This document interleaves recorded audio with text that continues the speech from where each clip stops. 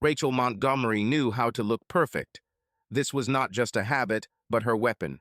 She got up at 6 in the morning, went for a run, then took a contrast shower, had breakfast with black coffee and fresh berries, and then impeccably styled her hair, creating the image of that very ideal wife that every man dreams of.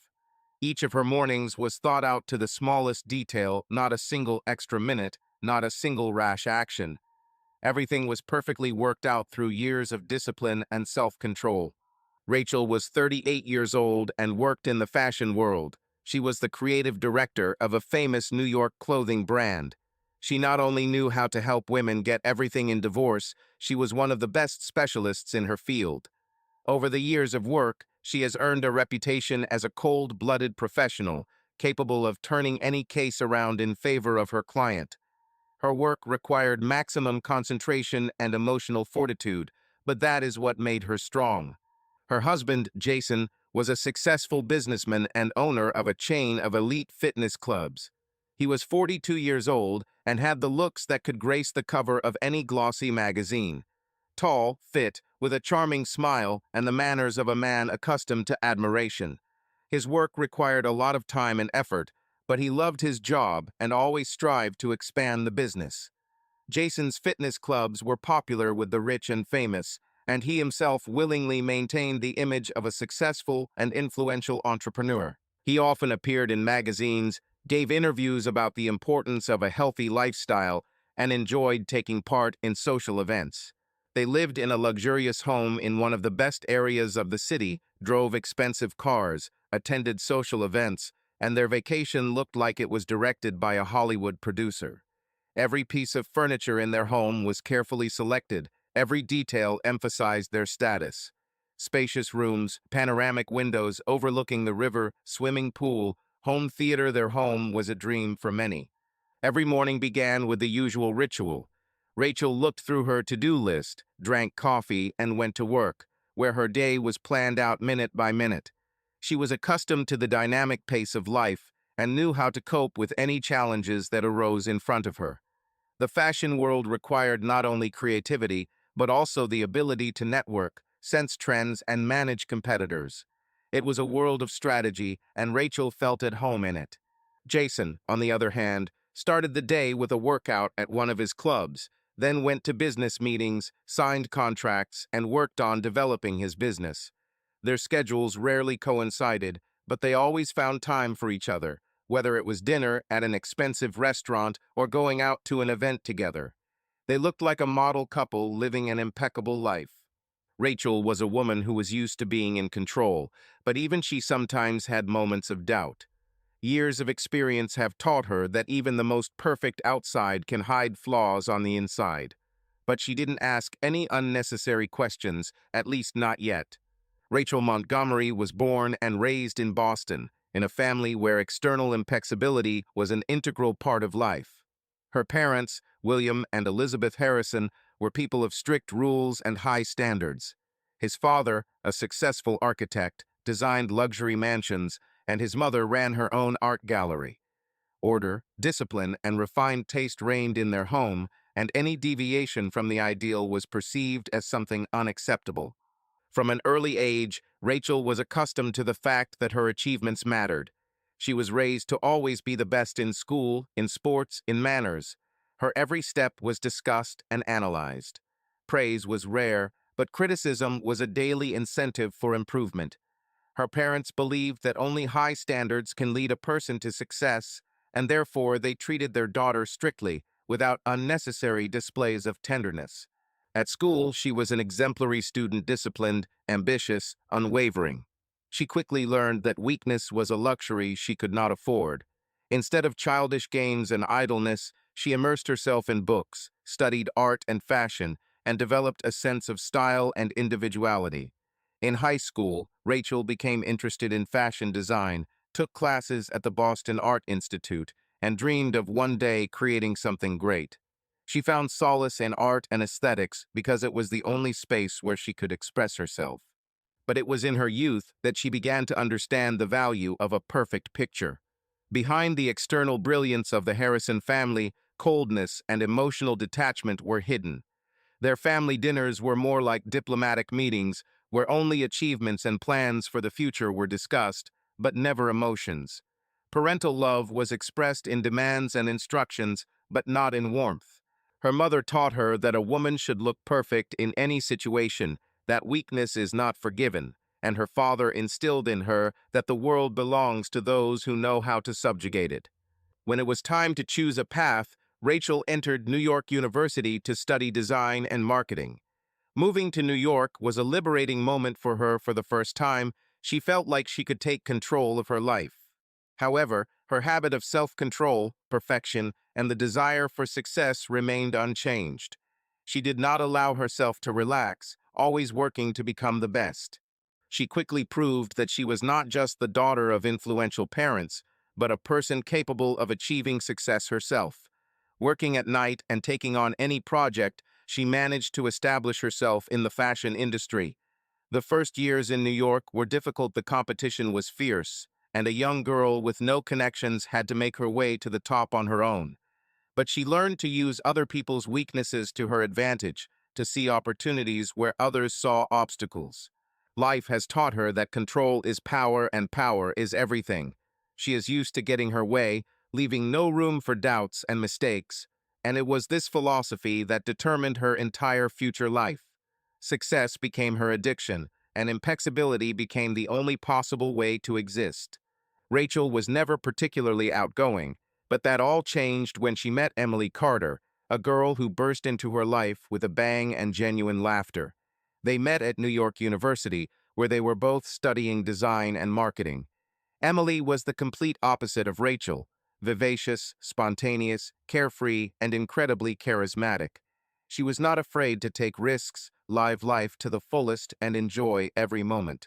It was Emily who became the person who showed Rachel the other side of life, the one in which there was no strict control, but where there was fun, freedom, and nights filled with the lights of the big city.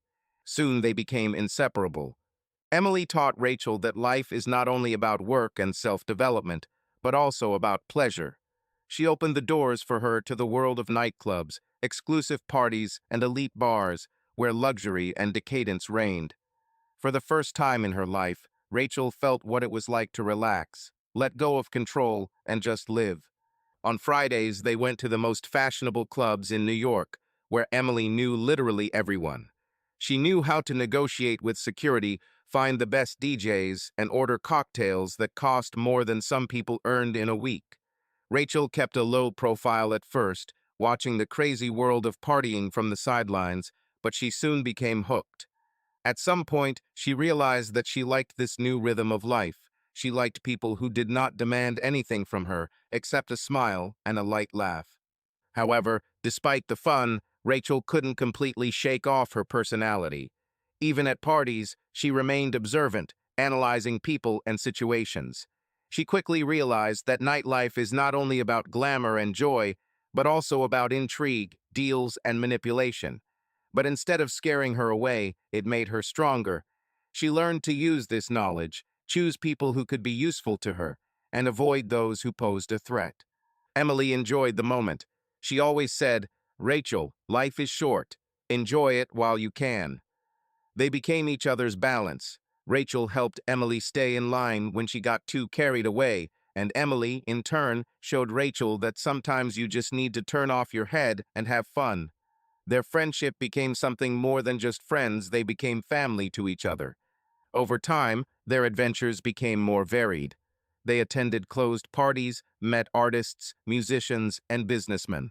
Rachel was surprised to find that she was increasingly drawn to this world, not only for entertainment, but also for new opportunities.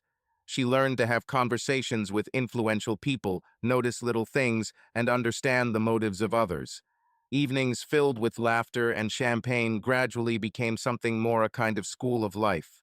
Sometimes the night's adventures ended with morning coffee in small cafes, where they shared secrets, laughed, and made plans. Emily talked about her dreams to open her own bar, travel around the world, and find true love. Rachel realized more and more that she was attracted not only to the world of fashion, but also to the world of power. She wanted more, not just to work, but to manage. Thus began a new stage of Rachel's life full of lights, music, alcohol, and people who, perhaps, were not as simple as they seemed at first glance. She was no longer just following Emily, she was becoming the mistress of her new, shiny reality. Rachel has always been cautious in relationships. Growing up in a family where emotions were considered a weakness, she had long kept her feelings under control. But everything changed at age 19 when she met Daniel Hunter. He was 3 years older than her, a law student with confidence in his voice and endless charm. They met at one of the university events when Emily dragged her to a charity evening. Daniel immediately turned his attention to Rachel. Her restraint, intelligent eyes, and easy smile intrigued him. They talked all evening, discussing books, films, dreams, and career ambitions. Unlike the noisy partygoers who surrounded her lately, Daniel seemed grown up, mature, and confident. In his company, Rachel for the first time felt not just beautiful, but truly interesting. Their relationship developed gradually. Daniel didn't push her, but he always made it clear that he liked her. They walked around New York at night, drank wine on the roof of his house, laughed at stupid jokes, and shared their fears. For the first time, Rachel allowed herself to be weak, to allow someone to enter her world without a wall of protection. The first time happened at the end of spring. Daniel rented a small lake house for the weekend to take his mind off his exams. They spent the whole day swimming, sitting around the fire, and discussing life. As the sun began to set, he gently took her hand and looked into her eyes. "Are you sure?" he asked quietly. Rachel nodded. For the first time in her life, she did not analyze the situation, did not make plans, but simply felt. That night, she learned what it was to be desired and loved. Everything was gentle, beautiful, with care and attention to her every movement. Daniel was patient, did not rush her, and she discovered a new world of sensations. This experience became an important stage of growing up for her. That night, she not only lost her virginity, but also realized that intimacy is not just a physical act, but a deep connection between two people. Although their relationship did not last long, they broke up a year later due to different life goals. Daniel remained forever in her memory as the person who showed her that love could be warm and sincere without manipulation and pressure. This experience changed a lot about Rachel. She was still strong and independent, but now she knew that somewhere deep inside her there was a place for love. She just wasn't ready for it yet. Happiness turned out to be fleeting. A few months after her first night with Daniel, Rachel discovered she was pregnant. This news hit her unexpectedly, mixing fear, excitement, and a vague feeling of joy. She looked at the test for a long time, not believing her eyes, and then, gathering her thoughts, she went to Daniel to tell him. He listened to her in silence, nervously fiddling with his shirt sleeve. His face became tense, and when he finally spoke, there was no joy in his voice. "We're too young for this, Rachel. We have our whole life ahead of us. Are you sure this is what you want?" She didn't know. It seemed to her that at that moment her world began to collapse. She tried to comprehend what was happening, but her body was already living a new life. For the first weeks, she tried not to think about her fears, holding on to the hope that they would cope together. She imagined holding a small child in her arms, feeling the warmth of his skin, listening to his breathing. But fate decreed otherwise. The pregnancy did not last long. Pain, weakness, blood, everything happened so quickly that she didn't even have time to understand what she was losing. At the hospital, the doctor calmly announced that a miscarriage had occurred, a cold word that means the end. The doctor's categorical, dry statement struck her consciousness like a lightning strike. Rachel couldn't believe that a few hours ago a small heart was still beating inside her, and now it had disappeared, leaving behind an emptiness. Rachel fell into a deep depression. She couldn't get out of bed, couldn't look at herself in the mirror. It seemed that everything had lost its meaning. Her body betrayed her, her life lost direction. The days merged into one endless gray blur. She refused to eat, had nightmares, woke up in a cold sweat, feeling a phantom pain in her stomach, reminding herself that it was all over. Daniel couldn't stand it. At first, he tried to be close, but his presence was cold, tense. He didn't know what to say, didn't know how to help. Soon he began to find more and more reasons to leave. "I'm sorry, I don't know how to help you," he said for the last time, and he left.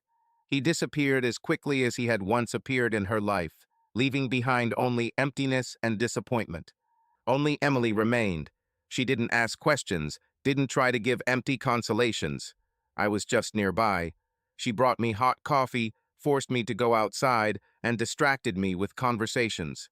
She said that life goes on, even if it seems impossible now. She pulled Rachel out from under the covers, forcing her to at least get some fresh air. "You are strong," she repeated over and over. "You'll get out of this. I'm here." Slowly, Rachel began to come out of her shell. One day, Emily brought her to their favorite cafe, sat her down at a table by the window, and silently handed her a mug of latte. At that moment, Rachel realized that despite the pain, the world had not stopped.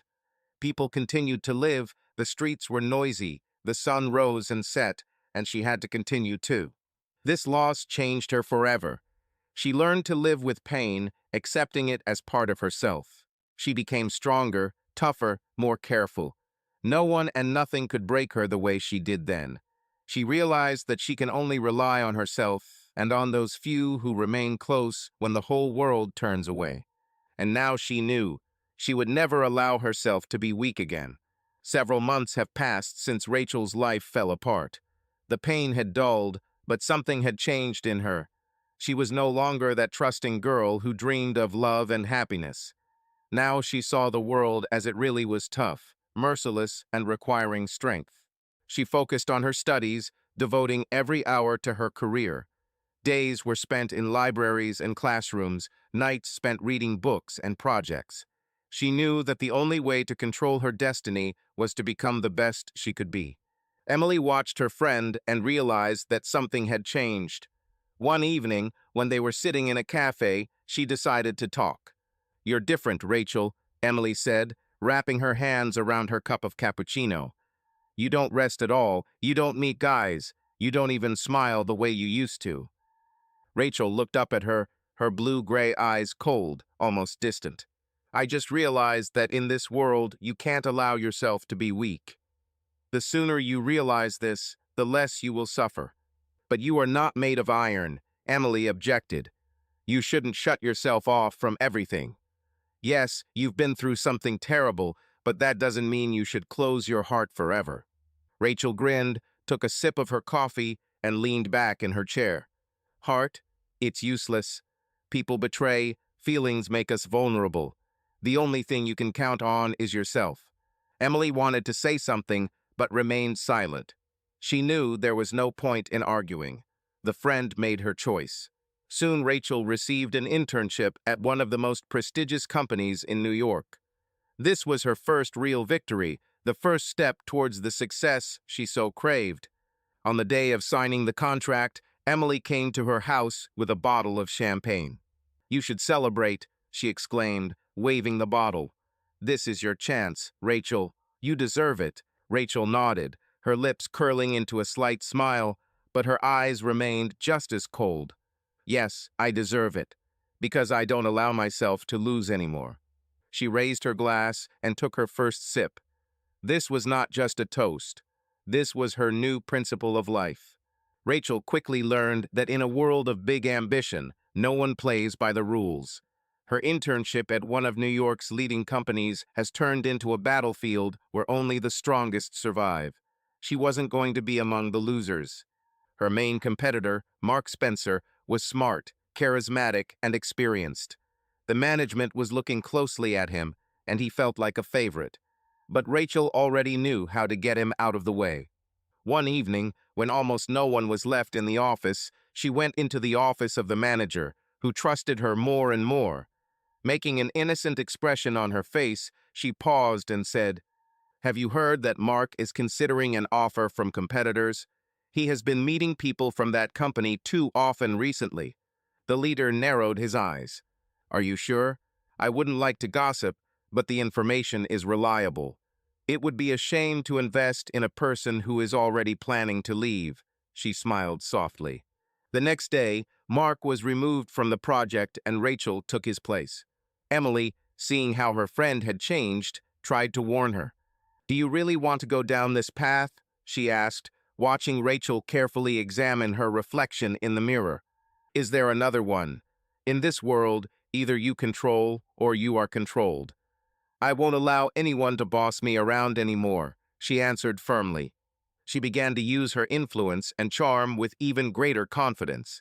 She charmed the right people, convinced, manipulated. One of her clients, a wealthy investor named Jonathan Lewis, couldn't take his eyes off her. "You know what you want, and it's attractive," he told her over dinner one day. Rachel bowed her head, letting the light of the lamp play on her skin. "I always get my way, Jonathan," she whispered. This was her first relationship without feelings. Only benefit, just calculation. She was no longer the girl who once believed in love. Now she knew that there was no room for weakness in this game. Rachel has never been a fan of the gym. She preferred jogging in the park or yoga in the silence of her apartment. But that day, Emily insisted. "You can't live forever in a world of business suits and expensive restaurants," she said, handing her a sports uniform. "Come on, a little adrenaline won't hurt you." Rachel rolled her eyes but walked away, and as it turned out, not in vain.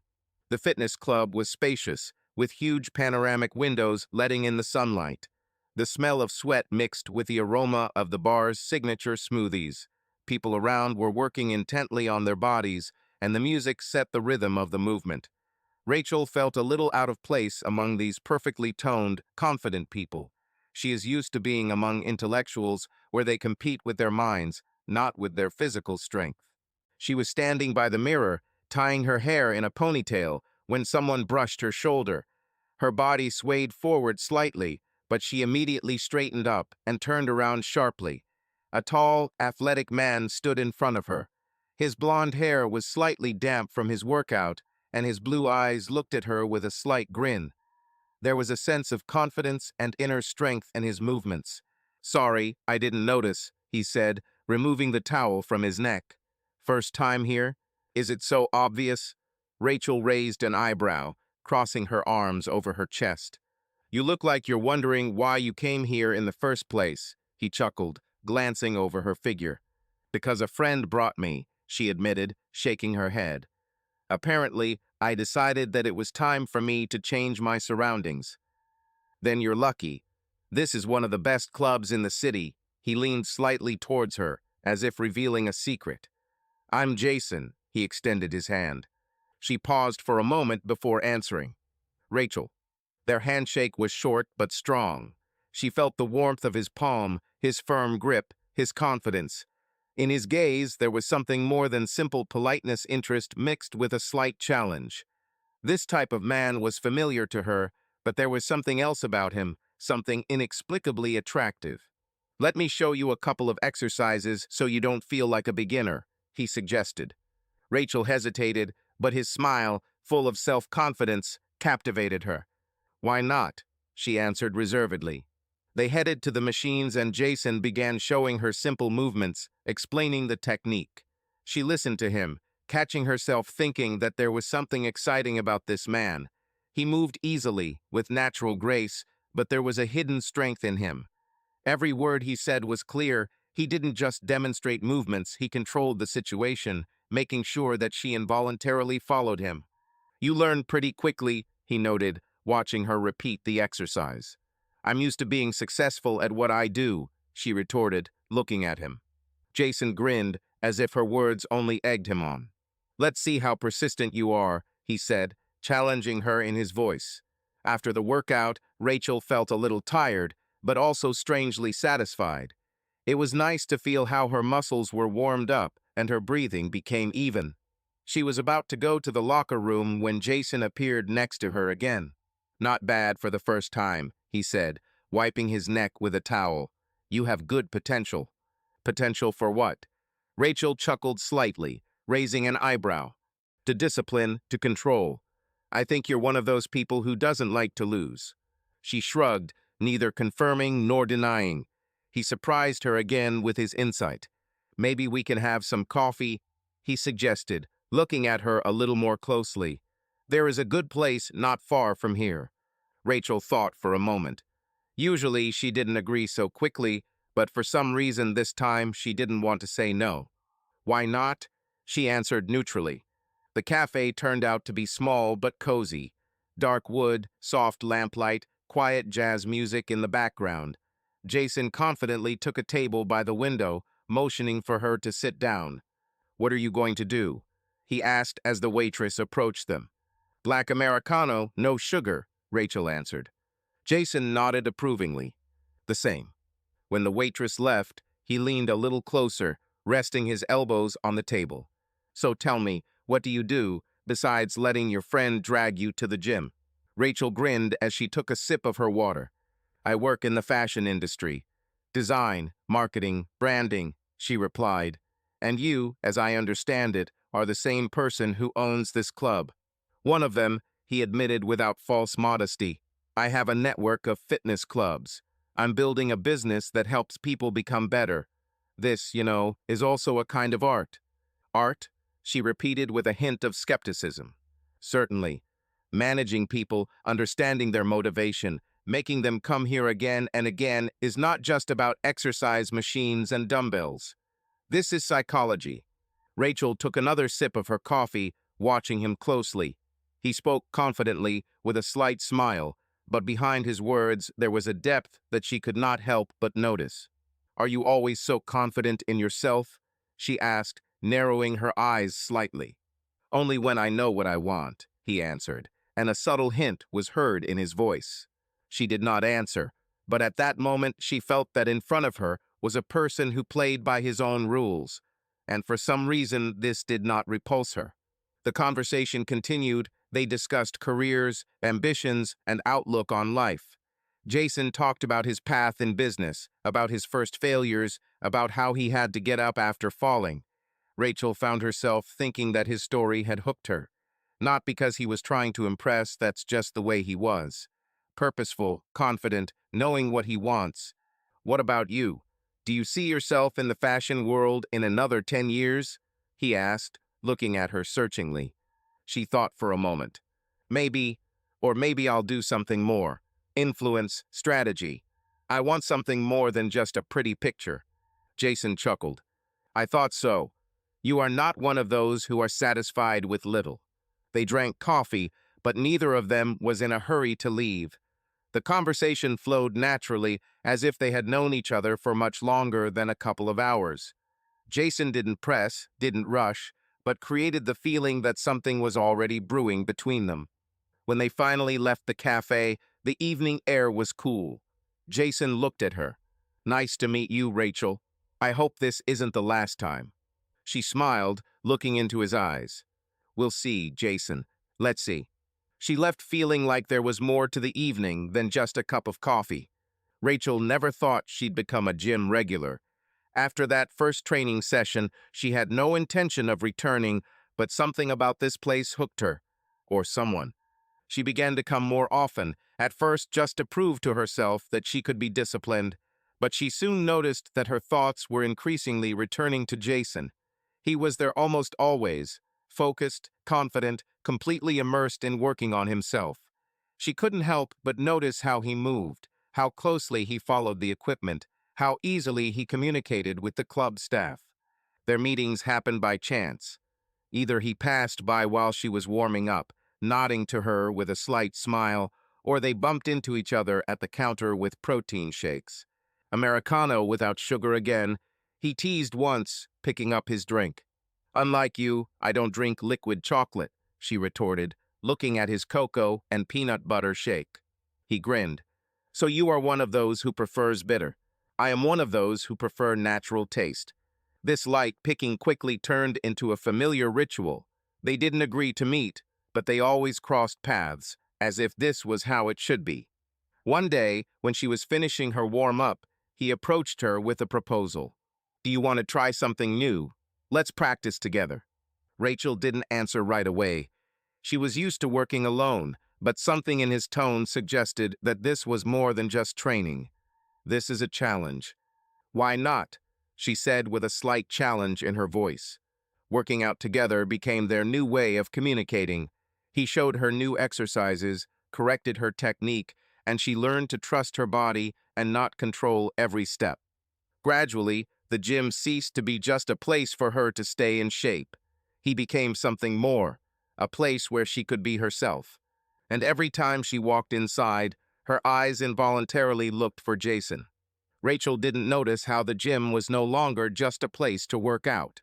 Now he was something more, a space where she felt free, where her day began with short meetings with Jason, his light remarks, exchange of glances. But soon their communication was no longer limited to the gym. One evening, as she was about to leave, Jason stopped her with a slight wave of his hand. "Are you hungry?" he asked, tilting his head with a slight smile. "There's a great place nearby that serves good steak." Rachel hesitated. This was more than a random encounter in the gym. This could already be called a meeting. But to her surprise, she liked the idea. "Is it a good steak?" "Okay, you intrigue me," she grinned, tucking her hair behind her ear. Thus began their meetings outside the gym. First, rare dinners, then walks around the evening city, then random meetings, which, as it soon became obvious, were not random at all. Their relationship developed naturally, without pressure or haste. "How did you even get into this business?" Rachel asked one day over a glass of wine in a cozy restaurant. Jason thought for a moment, then chuckled. "I have always loved sports, but that's not the point. I like to see how people change, how they grow and become stronger. It's not just about muscles, it's about character. I love helping people find their strength." Rachel looked at him carefully. For the first time, she saw in him not just a confident man, but a person who really believed in what he was doing. "Do you really believe this?" she asked. "Isn't it obvious?" He looked her straight in the eyes. She nodded, but something trembled inside her. This man was not just a player accustomed to getting what he wanted. There was something real about him. Every day, Rachel realized more and more that Jason had become something more to her. She no longer just came to the gym to work out. She came there because she knew he would be there. She was used to their conversations, to the way he looked at her, to how easily and naturally he included himself in her life. And that's exactly how it all started. Their first night happened spontaneously, but at the same time it seemed inevitable. It was one of those evenings when tension hung in the air between them. They returned to his place after a late dinner, and as soon as the door closed behind them, Jason grabbed her by the waist, pinning her against the wall. "You're driving me crazy." His voice was hoarse, his hot breath burning her neck. Rachel didn't answer. She simply scratched her nails down his back, making him groan. His hands quickly slid under her dress, tearing it off her shoulders. She felt the hardness of his body, the strength with which he controlled the situation, and she liked it. He didn't just own her, he knew how to please her. When he entered her, she arched, leaning towards him. His size turned out to be exactly how she imagined it, impressive, making her moan with every movement. He took her hard, but with such precision that his every movement caused waves of pleasure in her. "You're mine," he whispered, pressing his lips to her neck. She answered him with a kiss that had everything: passion, thirst, complete dissolution in the moment. Their night was long, intense, and merciless, and when they finally lay down next to each other, breathing heavily, Rachel knew that after that everything changed. Rachel was not a woman who dreamed of marriage. White dresses, vows of eternal love, dancing to romantic music, all this seemed too artificial, too theatrical to her. She always valued freedom, independence, and control over her life. She was used to achieving everything herself, without relying on anyone, especially men. But Jason was not a man who followed general rules. They had dinner in a small restaurant with dim lights. The city was noisy outside the window, cars rushed past, and inside there was a cozy atmosphere filled with the aromas of expensive wine and spices. The conversation was about business, about new opportunities, about how both were used to getting their way. Their relationship has always been about struggle, about dominance, attraction, passion. They did not yield to each other, but sparkled, spurred on, and aroused even greater interest. Jason looked at her as if he was solving a new difficult problem. "You know that I won't let you go, right?" he suddenly said. carelessly spinning the glass in his hands. Rachel raised an eyebrow, smirking. Is this a threat or a promise? He grinned, leaning back in his chair, but there was a hint of obsession in his gaze. That's a fact. She took a sip of wine, holding his gaze. Jason has never been a man to hesitate. He acted confidently, always moving forward without looking back. He was just like her, used to taking what he wanted. Will you marry me? He asked suddenly, as if this was just another business contract, and not a question that could change their lives. Rachel didn't answer right away. She did not expect this, not here, not now, not in this tone. She expected him to say this someday, but she didn't think it would happen like this, without a prepared scene, without romantic speeches. It was too simple. But somehow that's what made the moment perfect. You're not the one who gets down on one knee, she grinned, placing her elbow on the table. Jason leaned closer, his voice lower, almost a whisper. I'm not asking. I want to. And you too. She shuddered, but not from fear, from the realization that he was right. She had known for a long time that this man had become a part of her life, even if she was not ready to admit it to herself. I won't become anyone's housewife, Jason, she finally said, crossing her arms over her chest. He smiled, his gaze flashed with some kind of predatory fire. And it's not necessary. I want you to be who you are, strong, untamed, mine. She raised her glass, touching the glass with her fingertips. Then maybe we can do it. He greeted her toast, their glasses clinking quietly. At that moment, they both knew this was a deal, not just an offer. A deal they both weren't going to lose. At that moment, Rachel thought for the first time, is it possible that in this game, where no one gives in, there could still be a place for love? Jason ran his thumb over her wrist, lingering slightly on her skin. She didn't pull her hand away. Yes, they were both strong, but that was what connected them. She had no doubt that this deal would change their lives forever. Rachel never dreamed of a big wedding. It seemed to her that such ceremonies were a waste of money and window dressing. But Jason saw it differently. He insisted on a luxurious celebration that would not just unite them, but would make a statement to the world. He wanted everyone to know that she was now his wife. Preparations proceeded rapidly. The best hotel, hundreds of guests, an exquisite menu, a designer dress from a famous couturier. Jason spared no expense in organizing the ceremony, which was to be the event of the year. For him, this was not just a union of two hearts, it was an act of power, proof that he was capable of getting the best. Rachel watched the proceedings with reserve, letting the organizers handle the details. She didn't interfere, not because she didn't care, but because she knew Jason enjoyed being in control. And deep down, she was pleased to realize that this day was so important for him. When the wedding day arrived, she looked at herself in the mirror.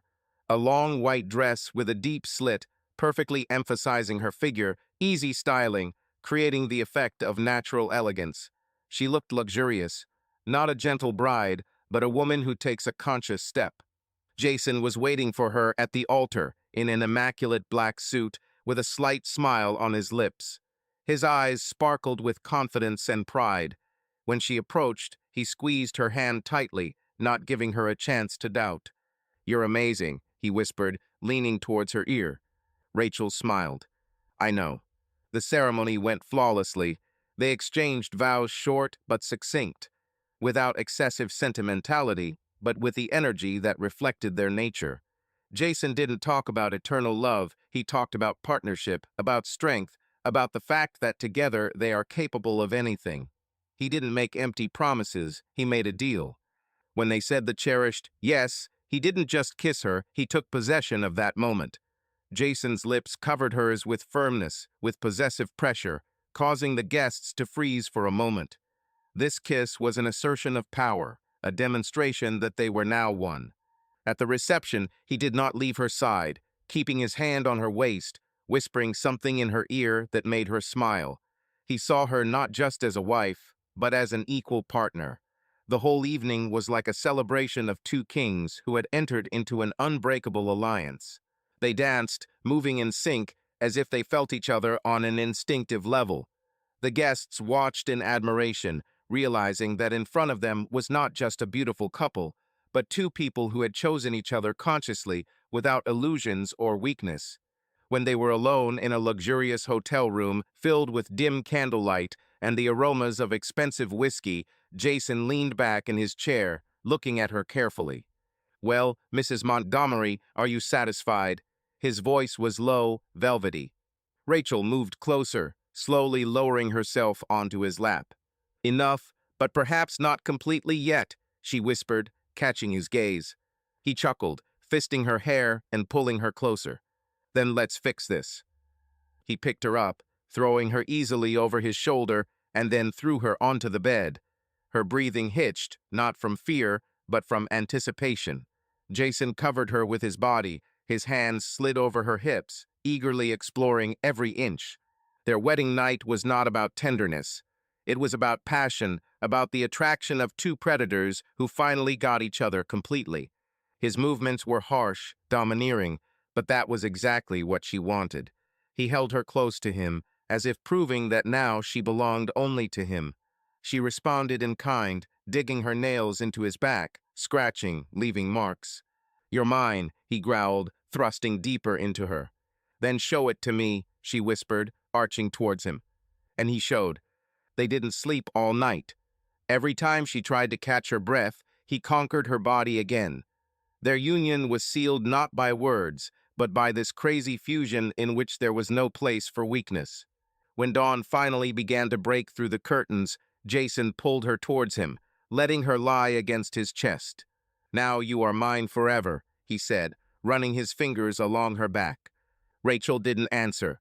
She simply closed her eyes, allowing herself to believe for a moment that this moment could truly last forever.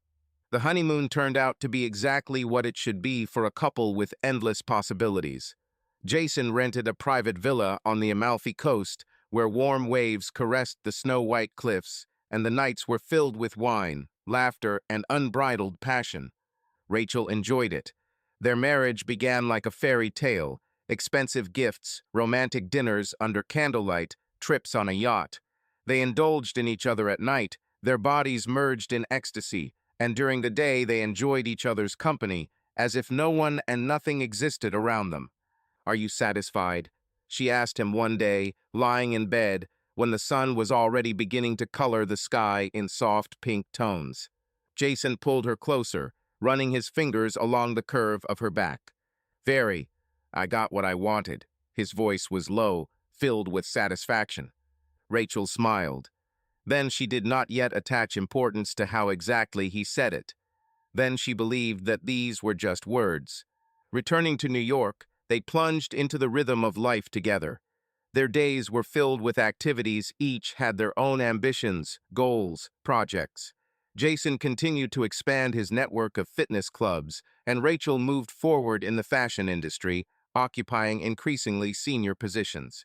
Every evening they found time for each other, dining in expensive restaurants or indulging in passion in their luxurious home. In the eyes of others, they were an ideal couple, successful, beautiful, confident. Everyone was jealous of their union, not suspecting that barely noticeable cracks were already beginning to appear under this ideal picture. At first, it was unnoticeable. Jason never stopped her from doing anything, but his gaze became intense if her work meetings went late into the night. He began to ask more often who she was spending time with and what her plans were. Everything looked like concern, but sometimes there was a hint of demand in his voice. "You're late," he said one day when she returned from a business meeting. "There was an important dinner with partners," she answered calmly, taking off her coat. "You could have warned me." His tone was even, but there was something more in his eyes. Rachel just smiled and kissed him. "Do I have to report every time?" she whispered, sliding her hands over his chest. He chuckled, pulling her closer. "Of course not." His hands grabbed her waist, and a minute later he was kissing her so that any questions disappeared. But the next time she lingered again, his reaction became a little more acute.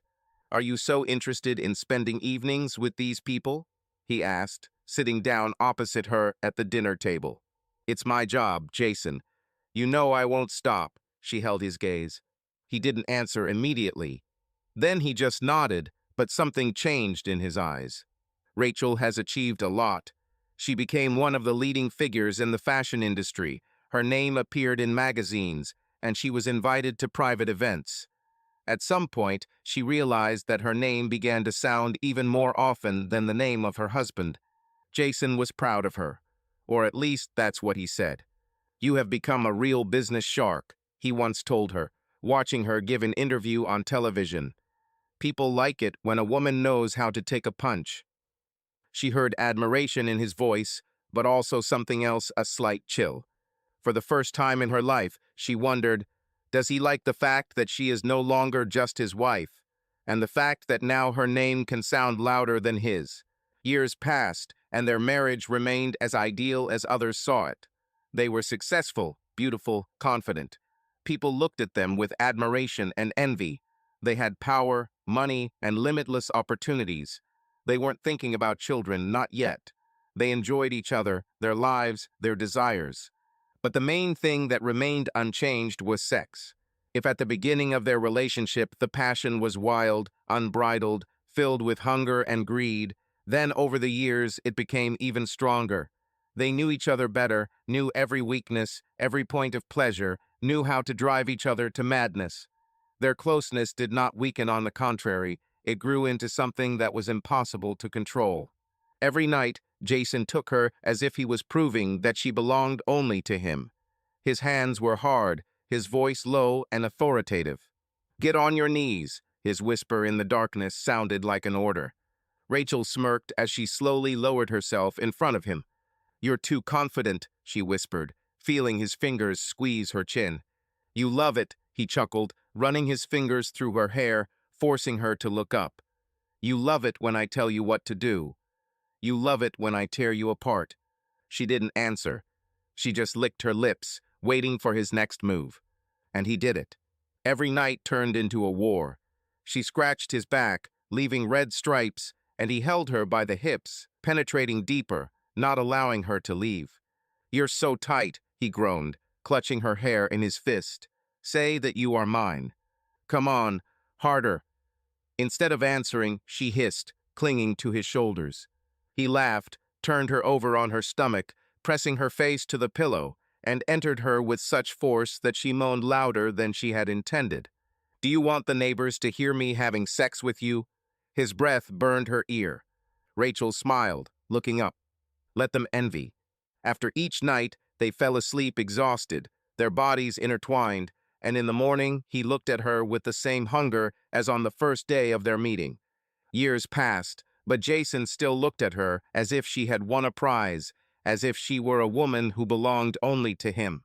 And she still allowed him to think that way. For now. An ideal marriage does not collapse overnight. It all starts with little things, with subtle, almost imperceptible changes. Rachel was still in love with Jason. Their passion never waned, but something in their dynamic began to change. He became more demanding. If before he just craved her every night, now it turned into obligation. He wanted more often, harder. Appeared in his eyes something new, a gluttony she couldn't quite satisfy. "Are you tired again?" His voice was even, but there was a hint of irritation in it when she turned away from him in bed one day. Rachel sighed heavily, closing her eyes. "Jason, I've had a rough day. I just want to sleep."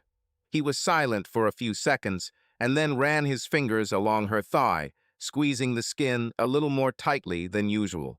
"I think we could try something new," he whispered, moving his lips to her ear. "You trust me, right?" She knew what he meant. In recent months, he has been hinting at experiments harder, dirtier, bolder. He wanted her obeyed and wanted to test its boundaries. "Isn't this enough for you?" she asked, opening her eyes and looking straight at him. Jason smiled, but there was something predatory in that smile. "I always want more." She knew it was true. He couldn't stand the restrictions neither in business, nor in life, nor in sex. He's used to it taking whatever he wanted, and she always went along with it because their dynamic turned her on. But now she felt pressure. One night he brought silk belts into the bedroom. They didn't discuss this beforehand. He just took them out and looked at her like, "Trial." Let's try it, he said, sliding the belt over her wrist. Rachel hesitated. It wasn't fear, no. She trusted Jason, knew he would never hurt her unless she wanted him to. But there's something inside of her that didn't respond to his new desire in the same way as before. Not today, she said softly, moving his hand away. He froze. There was a flash in his eyes of disappointment. You don't trust me. She sighed, sitting up on the bed. That's not the point. I don't want this to become a chore. I want it as much as you do. Jason looked at her searchingly. She could feel the emotions fighting inside him, and suddenly he chuckled, shaking his head. Okay, but you know that I don't like being rejected, he said, touching her face. It sounded too soft to be a threat, but too hard to be a joke. Since then, Jason began to behave a little differently. He didn't tell her what she should do, but his gaze became more intense, his expectations more explicit. If before he valued her independence, now he wanted her complete involvement in his desires. I want you to be only mine today, he said one day before dinner with her colleagues. Jason, I already promised that I would go. He sighed heavily, turning away briefly. It just seems to me that someone else is more important to you, not me. His voice was level, but it sounded reproach. Rachel felt irritation flare in her chest. But as soon as she spoke, he touched her waist and pulled her closer. Okay, go, he whispered into her neck. But at night, I will take mine. She smiled, kissing him back, but inside her something moved almost imperceptible anxiety. Sex remained bright, strong, but now it was saturated and demanding. Jason expected her to always respond to his passion the way he wanted.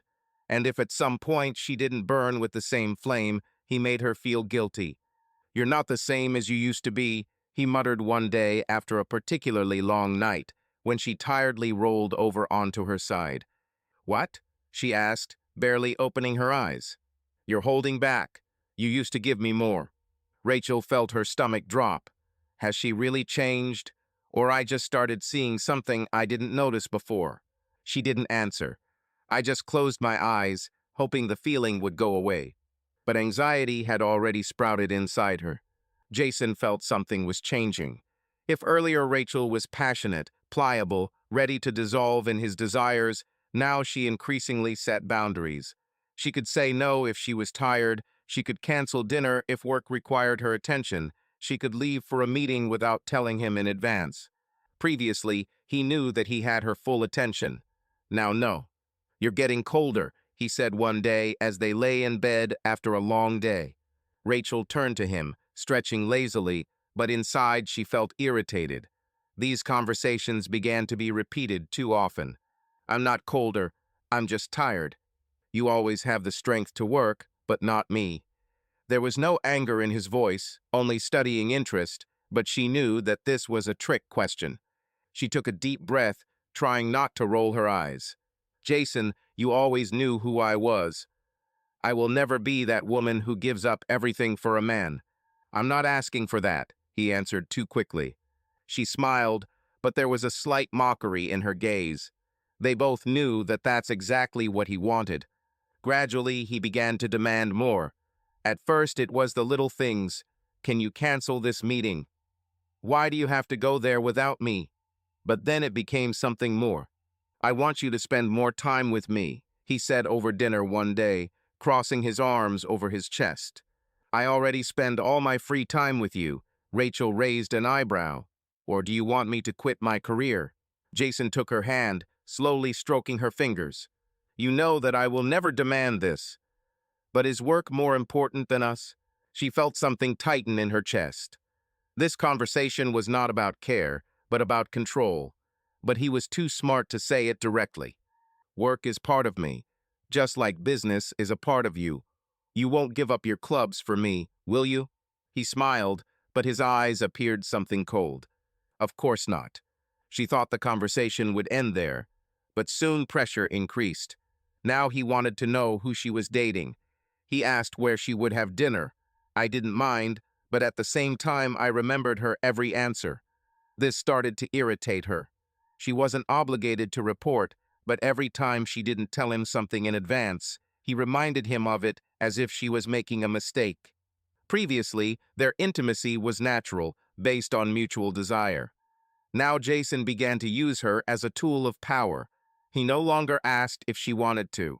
He's just expected. "You're mine today," he whispered, pulling off her clothes. Rachel felt something had changed. In his touch, there was not only desire, but also assertion of power. It was as if he was trying to regain control that he was beginning to lose. Sometimes she responded with passion. Sometimes I obeyed simply because I didn't want conflicts.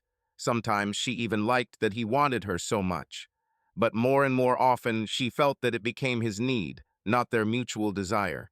But one day, she pulled away. "Jason, not today." He froze. His hand was still on her thigh, his breath hot and demanding. "Why?" "I just don't want to." She expected him to try to persuade her, but he just looked into her eyes and slowly removed his hand. "I see," he said, turned to his side and lay on his back. Rachel felt an icy chill spread through her chest. It wasn't just a refusal to have sex. It was a sign that he took her no as an insult. She lay in the dark, listening to his even breathing, but could not sleep. She felt uncomfortable. It's a shame. For the first time in a long time, she felt like she was next to him. 1. The next morning, he acted as if nothing had happened. He kissed her temple before leaving for work, smiled, and said that he loved her. But something in his eyes has changed. Rachel tried to convince herself that it was just nothing, that this will pass. But later she will understand this was the starting point. This was the moment when Jason started looking for something that Rachel could no longer give him. Jason didn't think he would ever cheat on Rachel. They were always strong, passionate, ideal in the eyes of others. They were a couple that was looked upon with envy and admiration. But something has changed. She has changed. At first, it was just irritation. She became too independent, too independent. She no longer looked at him with admiration, no longer sought his approval in every little thing. She didn't obey. She began to say no, not only in bed, but also in small things. She no longer depended on him as much as before. Jason never tolerated loss of control. He couldn't let that happen. He wanted his wishes to remain her priority, but now that was no longer the case. It happened by accident. A regular work meeting, paperwork, signing contracts. Molly White, young, beautiful, soft-spoken, professional notary working with his business. She was not just a lawyer, she was submissive, respectful, admired, and he liked it. The first meeting went smoothly. Business conversations, professional courtesy. But when she looked up at him, there was something different about them. Frank admiration, almost awe. She looked at him as a man, not as an equal partner, like someone you want to obey, someone you want to please. "You are probably the most disciplined person I have ever worked with," she said, smiling shyly. "I heard about your reputation." He narrowed his eyes slightly, watching her. She spoke with delight, and it was nice. Rachel hadn't looked at him like that in a long time. In her eyes, for a long time, there was no admiration or admiration, only self-confidence equal to his own. "I hope you only heard good things," he chuckled, running his eyes over her figure. Molly laughed, lowering her eyes slightly. A woman who doesn't challenge. A woman who doesn't argue, doesn't question his decisions. She was what he was losing in Rachel. But for now, it was just a thought. Over the following weeks, he began to work late more often. Meetings with the notary became business as usual. Her voice was soft, her behavior impeccable. He felt how she hung on his every word, how she tried to please. And this is exciting. One day, while staying in the office, he noticed that they were alone. Late evening, dim light. Molly straightened her hair and smiled, leaning over the table, handing him the documents. Her fingers accidentally brushed against his arm. He didn't pull it away. Sorry, she was embarrassed, but there was no apology in her eyes. There was interest. Jason felt his insides flare up. Something dangerous. Wish, temptation, power. He saw how she looked at him and realized that she was ready to obey without question. He didn't do anything that evening. He's just allowed myself to feel. But from that moment on, he began to think about her more often than he should. Rachel didn't know what had changed, but felt it. Jason started coming home later. He no longer tried to control her, but in this there was something wrong. It was as if he no longer saw the point. It was as if his thoughts were occupied with something else. "You're late again," she remarked one day when he entered the bedroom late at night. "Yes, work," he answered indifferently, quickly unbuttoning the cuffs of his shirt. Previously, he would have come over, kissed her, pulled her closer. Now he just undressed and went to bed.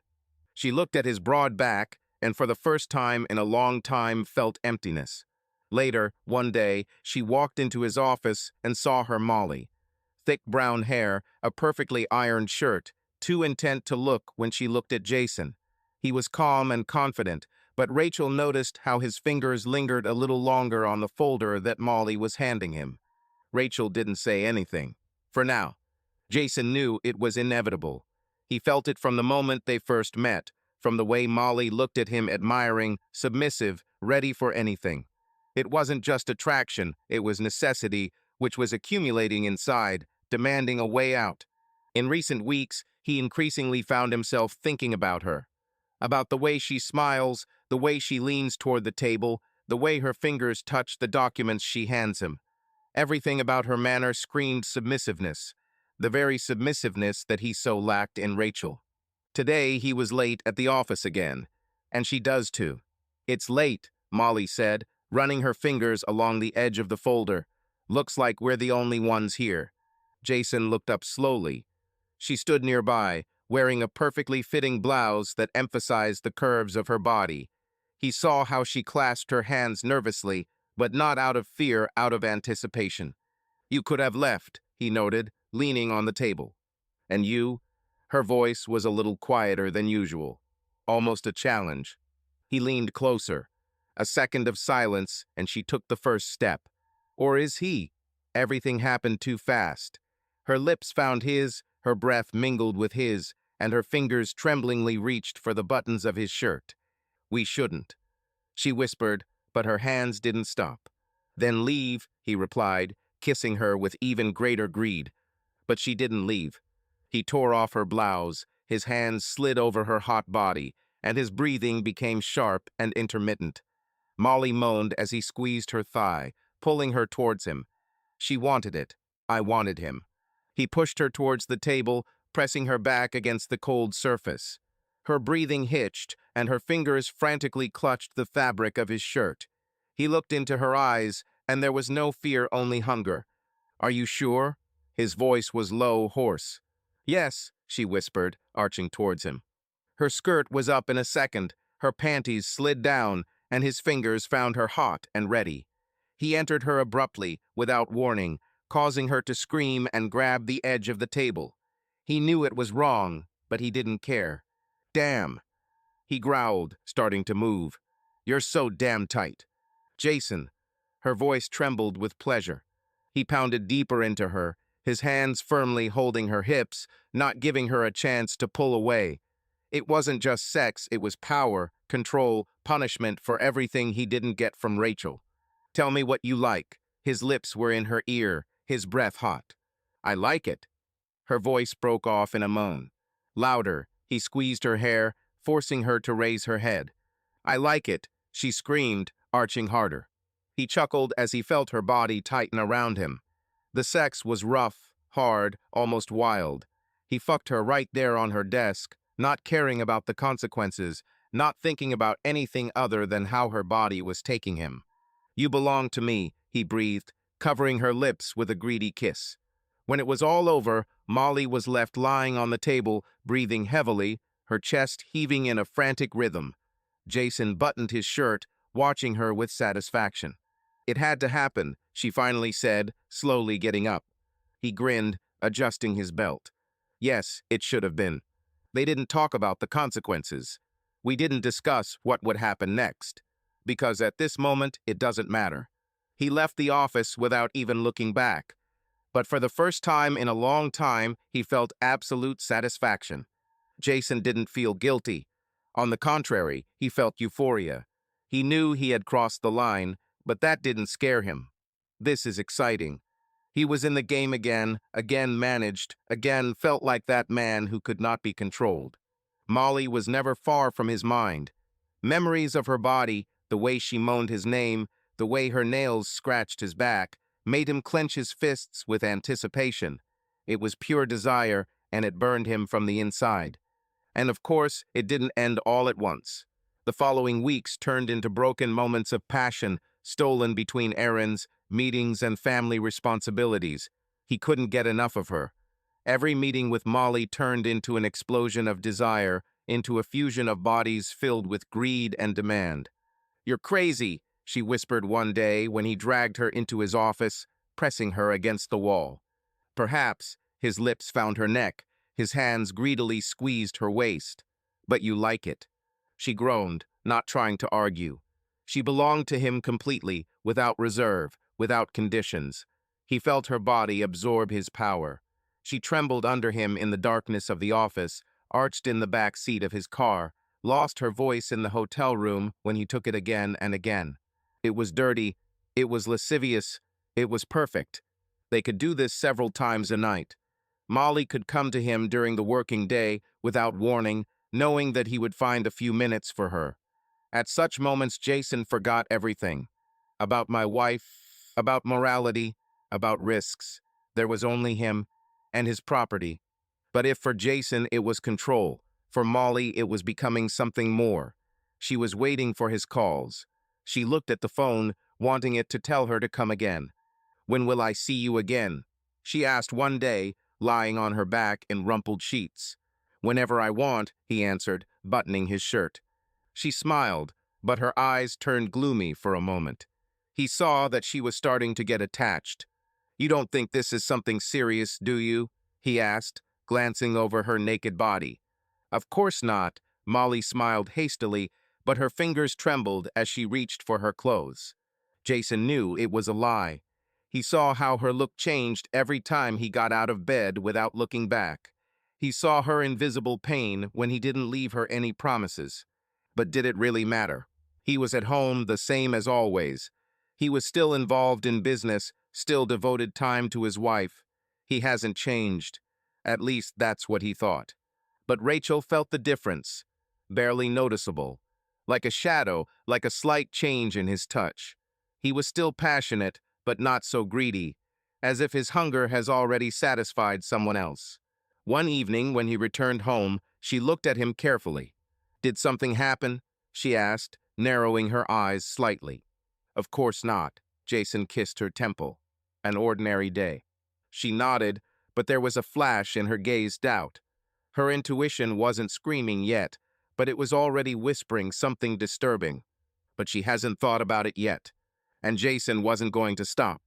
Molly knew what she signed up for. She knew Jason had a wife. She knew that she would never be in her place. From the very beginning, it was his world, his rules. She didn't ask when he would come, didn't require promises. She was just waiting for him to come back once her. From the very beginning, it was his world, his rules. She didn't ask when he would come, didn't require promises. She was just waiting for him to come back. But at some point, the wait became painful. She found herself looking at her phone too often, which turns off the screen and immediately checks again to see if the message has arrived. She noticed how her heart skipped a beat every time he wrote one short word, "Come." But these messages came less and less often. At first, she didn't attach any importance to it, but then she began to feel fear. What if he leaves her? What if he had others? What if he just fed up with her? This thought became unbearable. "I only need you when you want me?" she asked one day, lying next to him in the warm darkness of the hotel room. "Don't you like it the way it is?" His voice was lazy, satisfied. Molly bit her lip, turning away. To her, enough. It should have been enough. But for some reason now it's not enough. Everything used to be perfect. She was there for him at the outlet, game, and property. He ordered, she obeyed. But now he noticed a change. It appeared in her eyes too many questions. "You're not going to destroy what we have, are you?"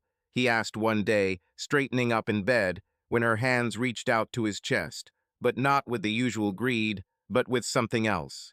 I just want to know where this leads. Her voice was quiet, but there was a dangerous note. It doesn't lead anywhere, he answered sharply. She shuddered. There was tension in the room. I can't be just a toy, Jason. Her voice became firmer. I know who you are. I know that you have a wife. But I can't wait all the time for you to remember me. Her voice became firmer. I can't wait all the time for you to remember me. Then don't wait, he shrugged, getting out of bed. You knew what you were agreeing to. Molly watched him go into the shower and felt rage, resentment, pain. She really did. But now this was not enough. Rachel didn't know what exactly was the matter, but I felt something had changed. Jason was still there attentive, caring, equally passionate in bed, but at times his gaze went somewhere into the void. He became more often locked in the bathroom with your phone, staying longer at work. One night she woke up and saw him sitting on the edge of the bed, staring at the screen. Phone backlight illuminated his face, and there it was something alien, something she hadn't seen before. Are you awake? Her voice was sleepy, but attentive. Jason quickly turned off the screen. Work, he said shortly, lying back and pulling her towards him. Sleep. She closed her eyes, but her intuition didn't shut up. Rachel was not a stupid woman. She didn't like scenes for no reason, but one day I still couldn't restrain myself. You have become somehow different, she said at dinner, carefully studying his face. In what sense? Jason raised an eyebrow, taking a sip of wine. You stay late more often, you've become. She paused for a second, searching for words. Don't know. More detached. He smiled, but in his eyes a shadow of irritation flashed. You're pushing yourself too hard, Rachel. I just have a lot to do. Maybe. She pretended to accept his answer, but somewhere deep inside something was breaking. Jason knew he couldn't hide his secret life forever. Molly was angry. Her patience was wearing thin. She didn't want to be second. She wanted more. And Rachel started suspecting. Late evening, his apartment in the city center. The smell of whiskey and her perfume hung in the air. Molly lay on her side, leaning on her elbow, her fingers lazily sliding over his chest. Jason smoked, looking out the window at the city lights. He was always like this after a conversation with his wife, silent, gloomy, tense. You're thinking about her again, Molly said, watching him carefully. I'm thinking about my freedom, he answered, exhaling smoke. She grinned and ran her nail over his skin. So finish all this. He raised an eyebrow, turning his head slightly towards her. It's not that simple. Divorce is not an option. She leaned closer, her lips almost touching his ear. Jason laughed, his hands sliding down her back. Divorce is a division of property, a scandal, lawyers. She won't just leave. This will be a war. Then make her go away forever, Molly whispered. His hand stopped. He turned his gaze to her face. There was no fear in the eyes, only cold calculation. You're a notary, right?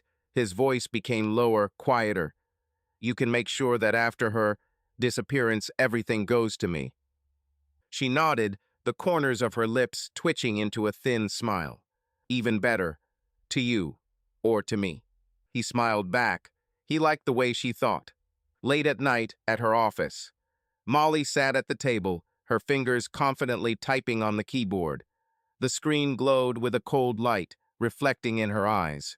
It's simple, she said without raising her head. We are making a new will. It is completely excluded. Everything goes to you. After you to me, if you want. I want to, Jason smiled predatorily, watching her. She pressed print, and the printer spat out papers that would change everything. He took the sheets of paper and ran his eyes over the lines. Designed perfectly. You're good at this, Molly. I'm good at a lot of things. She got up from the chair and sat on his lap, wrapping her arms around his neck. He took the pen and signed it without hesitation. In the morning, Rachel stood at the mirror, straightening her hair and smiling at her reflection. Tomorrow is Valentine's Day, their holiday. Dinner in an expensive restaurant, champagne, gifts she was looking forward to this evening. Jason promised to make it special. She was choosing a dress, wondering what outfit would drive him crazy. Red, black. He loved it when she looked luxurious. He always said, "You are my queen." She smiled. Everything was perfect, until her gaze accidentally fell on Jason's phone. The message that changed everything. Jason was in the shower and his phone was on the bedside table, the screen glowing. Her fingers were already reaching out to remove it, a habit. But this time she froze. "Tomorrow everything will be decided, my love. She won't know anything. We'll be free by 9 p.m. Rachel blinked. I read it again. We will be free. The blood began to pound in my temples. The skin was covered with cold sweat. What are we talking about? Who is this? She heard the sound of the water stop, and, without thinking, she returned the phone to its place. His heart was beating so loudly that he thought Jason could hear it. "Coffee?" he asked as he walked out of the bathroom with a towel around his waist. "Yes." Her voice trembled, but she quickly pulled herself together. "Certainly." She smiled. Exactly the same as always. He must not know that she saw this message. Investigation. When Jason left for the office, Rachel couldn't stay put any longer. Who is this woman? What was he up to? She started on his laptop. The password was the same. Mail, financial statements, documents. She was looking for anything. And I found it. New document. Will. Her hand shook as she opened the file. The eyes ran over the lines. And then she saw your name. Was. And now he wasn't there. In the event of his death, all property passed. Molly White.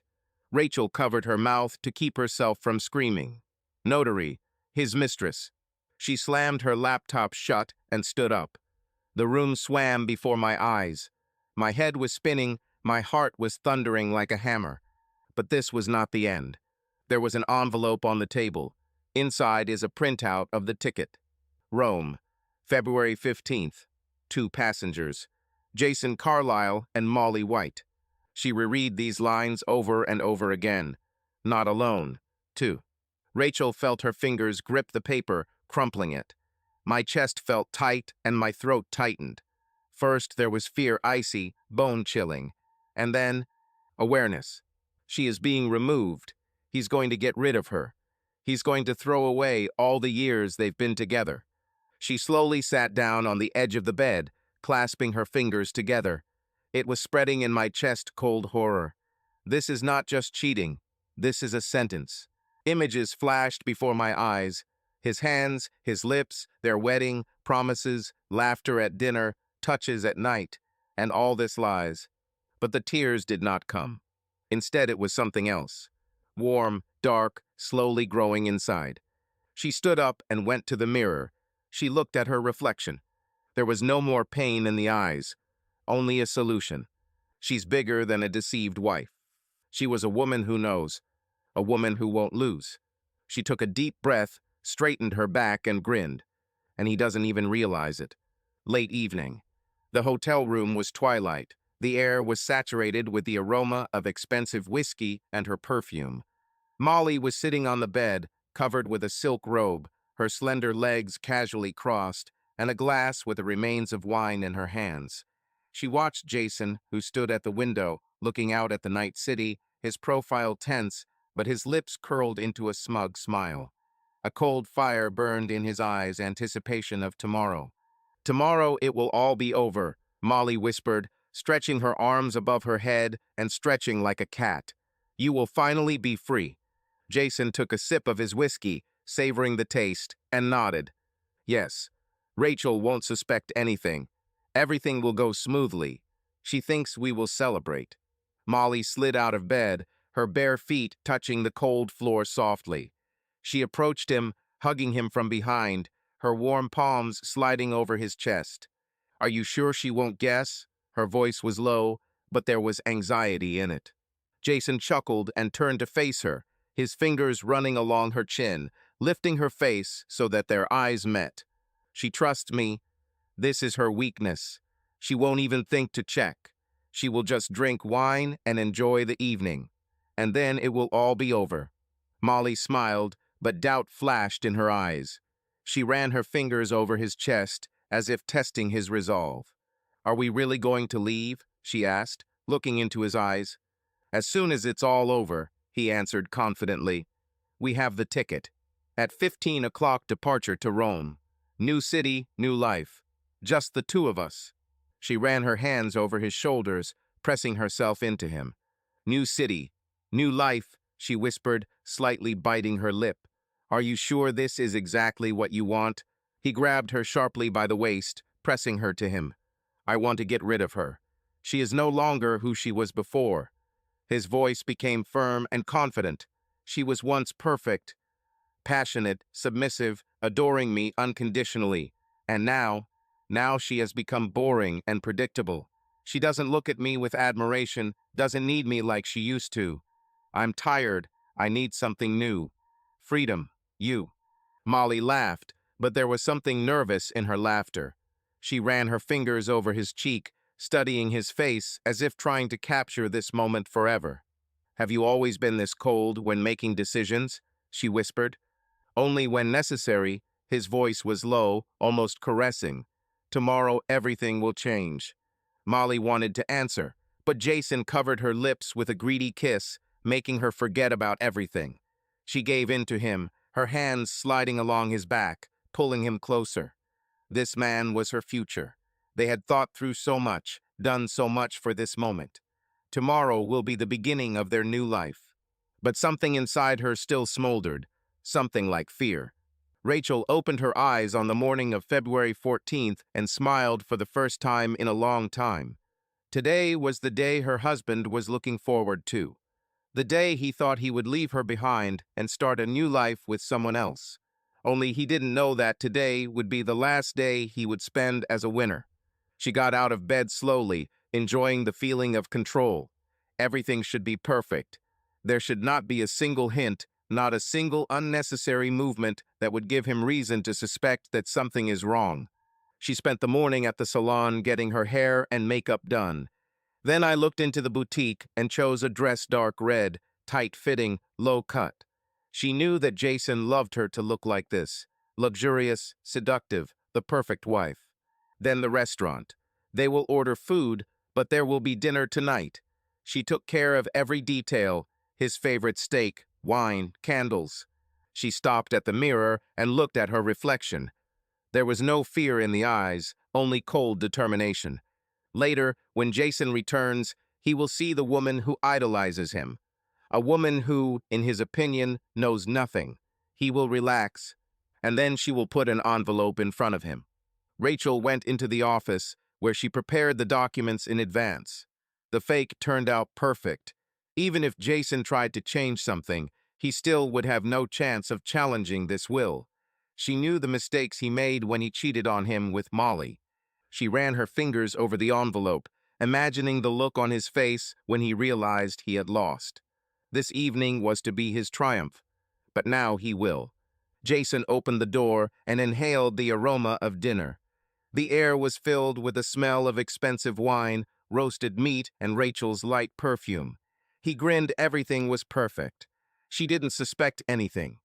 "Hello, love." Rachel came out of the kitchen, smiling, her dark red dress hugging her figure, emphasizing every curve.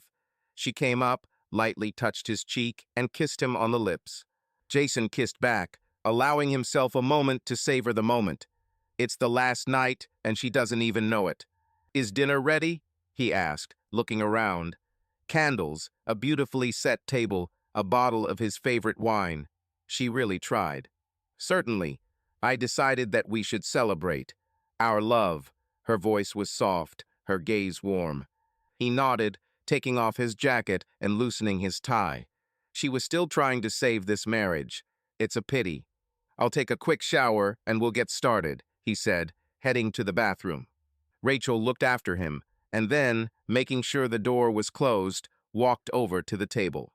She opened a bottle of wine, poured 2 glasses, and then, slowly, took out a clear powder from a small box cyanide. Colorless, tasteless, odorless, the perfect weapon. She carefully poured it into Jason's glass and took the glass in her hand, swirling it carefully, watching as the granules quickly dissolved into the thick red liquid. The poison will not take effect immediately. Slowly enough that he wouldn't suspect anything. Fast enough that he wouldn't have time to fix anything. She put the glass down, took a deep breath, and smiled. It's time to start dinner. Jason sat down at the table, stretching with a satisfied smile. The air was filled with the aroma of grilled steak, the faint smell of candles, and his favorite wine. The atmosphere was perfect. She didn't know anything. Rachel sank down opposite her, gracefully crossing her legs.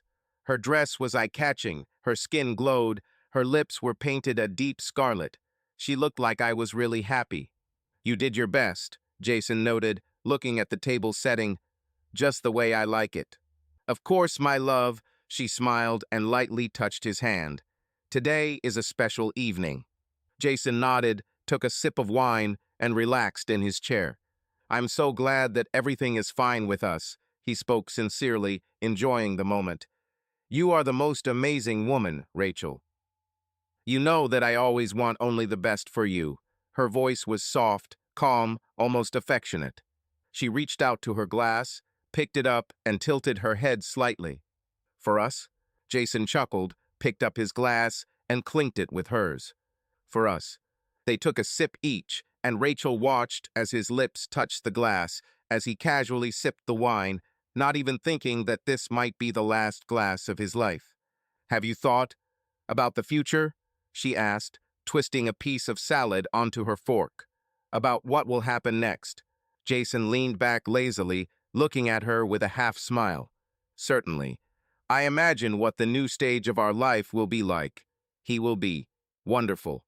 Rachel nodded, her gaze unwavering. I also think that tomorrow will be special, she said quietly. He looked at her, not understanding the hidden meaning in her words, and he simply smiled. Dinner continued. Jason ran his hand over his forehead. A strange feeling spread through his body, a slight dizziness, as if he had too much wine, although he only drank a couple of sips. He frowned, trying to focus on Rachel's face, but the image seemed to be shaking. Damn. He smiled lostly and shook his head. It seems like things went too fast. Rachel didn't answer right away. She slowly ran her fingers along the stem of the glass, watching him with a slight smile. Is something wrong, my love? There was a subtle mockery in her voice. Jason took a deep breath, but the air didn't seem to fill his lungs. My heart beat faster. He tried to stand up, but his legs reluctantly obeyed. What's happening? He looked at her in bewilderment and then noticed how she smoothly leaned towards the desk drawer and took out an envelope. Oh dear, she laughed lightly, tilting her head to the side. I think it's time to show you something. She placed the envelope in front of him, tapping it with her fingernail. Jason looked from her face to the envelope, his breath hitching. Inside, suddenly something cold, alien, reminiscent of fear woke up. What is this? His voice broke. Rachel smiled wider, took a sip of wine, and answered softly. Open it and find out. With shaking hands, Jason tore the envelope and pulled out the papers. His gaze darted over the lines, trying to focus. What is this? Will? He frowned as he skimmed the text, but the further he read, the more ragged his breathing became. No. His heart skipped a beat. In the event of his death, all property passes to Rachel Carlyle. What the hell? His voice broke. The paper trembled in his hands. What does it mean? Rachel calmly took a sip of her wine, watching him with a small smile. It's very simple, my love. Her voice was soft, almost affectionate. Now everything belongs to me. Jason froze, then raised his head sharply. His eyes darted between her face and the document. How did you do it? He clenched the papers in his fist. This is impossible. I personally signed another will. Rachel grinned and tilted her head slightly. Oh dear. You know, in the world of finance, everything is so flexible, especially when you know where to make a small mistake and where to correct it. Is this fake? His voice trembled with anger, but his lips were already beginning to lose sensitivity, and a heaviness was growing in his chest. You couldn't. She shrugged, her smile widening. Oh, believe me, I could. And she did. Jason clenched the papers in his fist furiously, then tore them into pieces and threw them on the table. His eyes darted between the scraps and Rachel, and his heart was beating so loudly that it seemed to echo in his ears. You, you damn bitch, he growled, leaning his hands on the table. Do you think you can just cross me out? Do you think I'll leave it like this? Rachel took a sip of wine, idly watching his hysterics. Her eyes were shining with calm confidence. Oh dear, she said, leaning back in her chair. I think you just don't understand. You have no choice. Jason tried to get up, but everything shrank inside. My legs didn't obey me. A dull pain pierced my chest. He clutched his heart, breathing heavily. What? You. He took a convulsive breath of air, but the feeling in his chest was getting stronger and stronger. Pressure was building. Oh, Jason. Rachel stood up from the table, walked closer, and leaned towards him, her voice becoming almost affectionate. You understand that even if you die now, no one will ever prove that this is murder. She ran her finger along the rim of his glass. Stress, overload, business. Everything will be attributed to heart problems. You always loved good whiskey, expensive cigars. Who would be surprised that your heart simply couldn't stand it? You bitch. He croaked, grabbing the table.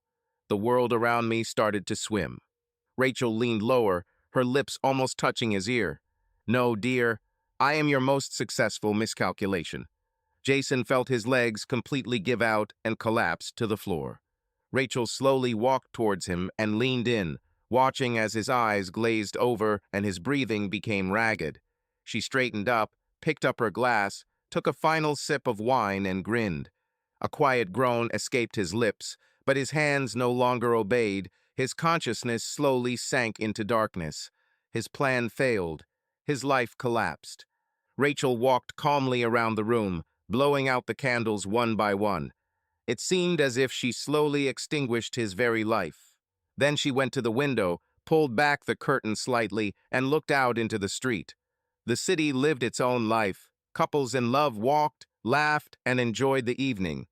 This day has always been about love, just not always happy.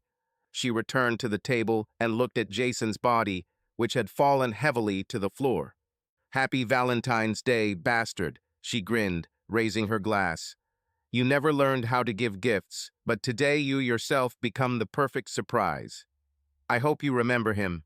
Subscribe to our channel so that your love doesn't cheat on you, and go ahead and listen to the next story, because this story is nothing compared to the next one. If you're under 18, don't even click to the next one.